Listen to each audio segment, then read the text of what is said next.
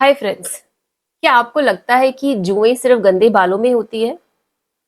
ये एक मिथ है, ये काफी गलत है। हम बहुत डर जाते हैं अगर हम जुओं के बारे में सोचते हैं, और स्पेशली अगर हमारे बच्चों को स्कूल से जुएं हो जाती हैं तो हम बहुत परेशान हो जाते हैं। हम सोचते हैं कि क्या हम अपने बच्चों का ठीक से ध्यान नहीं रख रहे हैं कि उनके सर में जुएं हो गई हैं।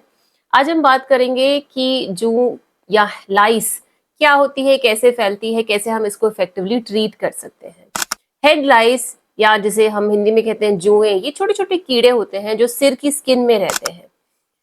क्या सिम्टम्स कॉज करते हैं? सिर में खुजली होती है, कान के पीछे, गर्दन के पास, और इसके छोटे छोटे जो अंडे होते हैं जिन्हें निट्स कहते हैं या लीखें कहते हैं, वो आपके बालों पर चिपकी हुई दिख सकती है।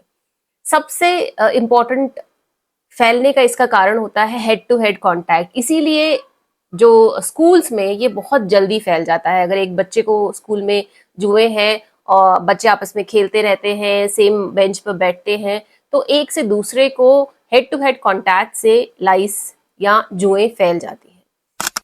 सही ट्रीटमेंट होता है एंटी लाइस लोशन यूज करना, जिसे कम से कम 3-4 बार लगाने की जरूरत पड़ती है, और जो निट्स होती हैं उनको हमें एक पतली कंघी से निकालना पड़ता है। अगर हम प्रॉपर ट्रीटमेंट करते हैं तो हम इसे जल्दी से ठीक कर सकते हैं। और अगर परिवार के एक जन को जुए हैं तो बाकी लोगों की जांच करना भी बहुत ज़रूरी है। हेयर ब्रश से हम साफ करके बेडिंग्स को भी धोना चाहिए। बच्चों के कोम और उसकी हेयर एक्सेसरी को हमें किसी और के साथ शेयर नहीं करने देना चाहिए।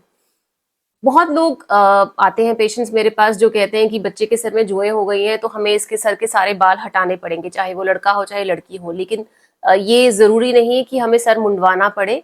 बिना सर को मुंडवाए भी हम जुओं को ठीक कर सकते हैं। एक दूसरी बहुत कॉमन गलती बहुत से पेरेंट्स करते हैं कि बालों में पेट्रोल या कोई कीटनाशक या केरोसिन तक लगा लेते हैं। पर ऐसा बिल्कुल मत करिए। जुओं को ठीक करने के बहुत अच्छे मेडिकल ट्रीटमेंट्स अवेलेबल हैं जो बहुत कारगर और इफेक्टिव होते हैं। और ये बिल्कुल मत सोचिए कि अगर आपके बच्चे के सर में जुएं हो गई हैं तो वो एक पुअर हाइजीन का संकेत है।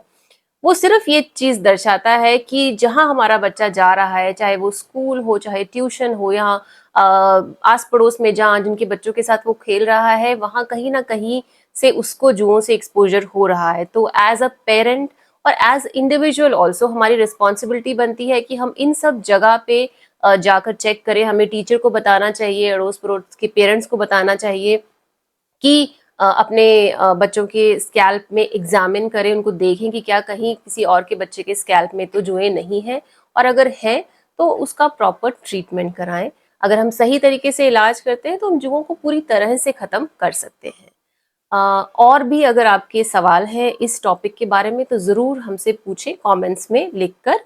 मैं हूं doctor Rashmi Jindal, consultant dermatologist at Jindal skin clinic in Rishikesh. Thank you.